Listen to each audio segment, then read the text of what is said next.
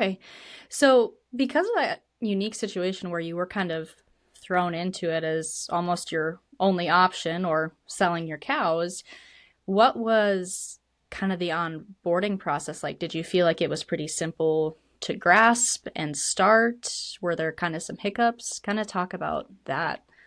Yeah, so this is, and again, this is probably going to be a little bit more unique to us versus anybody else. Because I'm thinking if somebody is going to use virtual fencing, because maybe they want to rotationally graze, or they too have experienced a fire and it's in an allotment that they're actively grazing and they want to be able to go put their cows back on that allotment, you can kind of do that at any time, right? But for us, because it was a field that we were going into with dry cows after we had weaned and pregged, we were basically onboarding with vents in the middle of doing all of our other fall work. So we are gathering, weaning, sorting things, preg testing, processing calves, learning this brand new technology that we know absolutely nothing about. And then also, too, because we didn't color all of our animals, we only chose to do 150 head just because we didn't want to put all of our eggs in one basket, especially for the first year, not necessarily knowing how it was going to work. So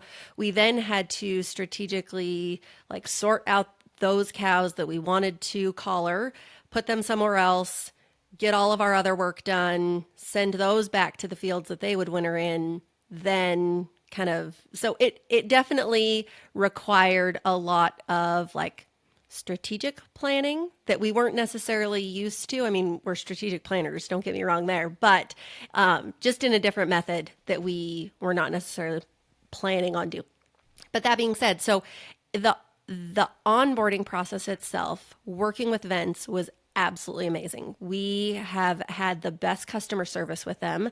When you purchase your collar subscription, you're also given basically, I think they're called a customer success representative, but I have somebody, one contact who I work with if I have any questions. So if I have a problem, I call her or I email her or I text her and she is available to me. So it's not like with Netflix where you buy the subscription and then you're forced to figure it out on your own. They walk you through all of the onboarding.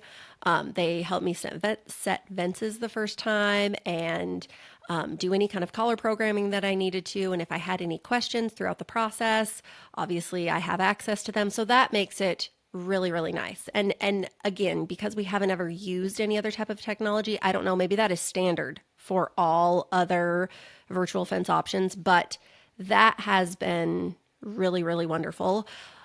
But I will say it was definitely stressful to be learning how to use virtual fencing, knowing that your cattle could get an electronic stimulus in a time where we are already so busy with work. Like if we were learning this in May or June, and that was the only thing that we had to focus on, that probably would have been much easier than hey, we're doing all this other stuff. Why not throw another thing on the fire?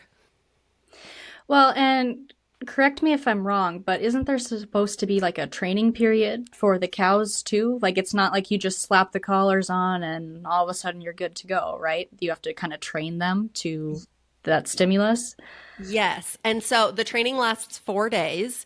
And basically how it works on the first day, you make your hard fences hot, for lack of a better word. So that's where a cow, if she's going to get within 5 meters of the hard fence, she would receive that electronic stimulus.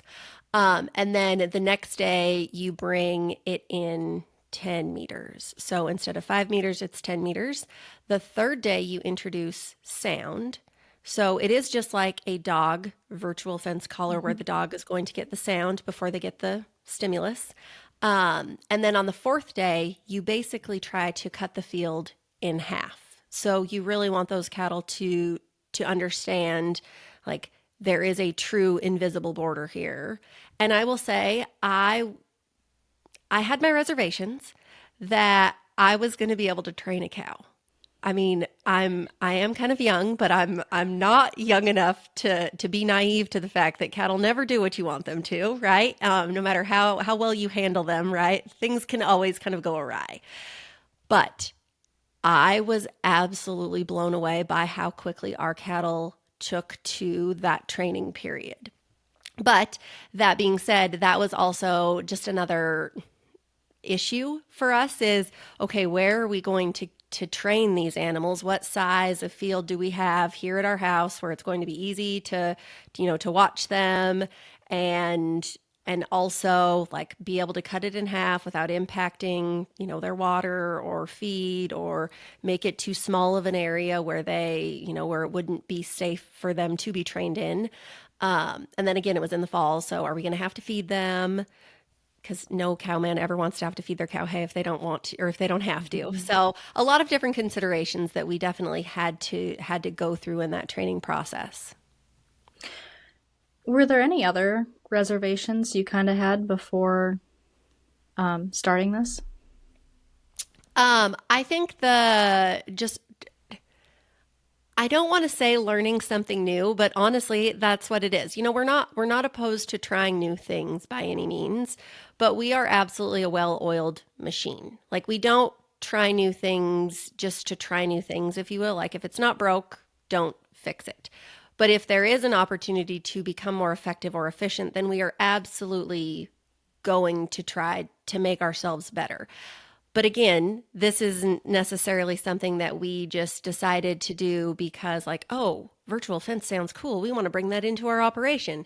So we were kind of forced in a way to make the decision. But I'm so glad that we did, especially because in the past, when we've had those big burns in my lifetime, we've had the opportunity to fence those allotments off. And somebody may ask the question of like, well, why didn't you just fence it versus using virtual fencing? So we have a couple of different reasons why we weren't able to. The first reason is in these fields, or in one of these fields specifically, a county road runs right through the middle of it. So in addition to putting in a fence, we would have also had to put in a cattle guard on the county road, which is the county is not responsible for. We would have had to make that investment and then put it in there for a couple of years. That doesn't necessarily make the most sense. We also have natural gas pipelines and the Oregon Trail that run through both of these allotments. And so when it comes to just general access to those natural gas pipelines, fencing it is not necessarily ideal. And then the BLM didn't want us to fence over the Oregon Trail, even if it was just a temporary hot wire fence, because they do take those like geological and historical areas very seriously. So for us, the option was either use virtual fencing or don't run your cows here for 2 years.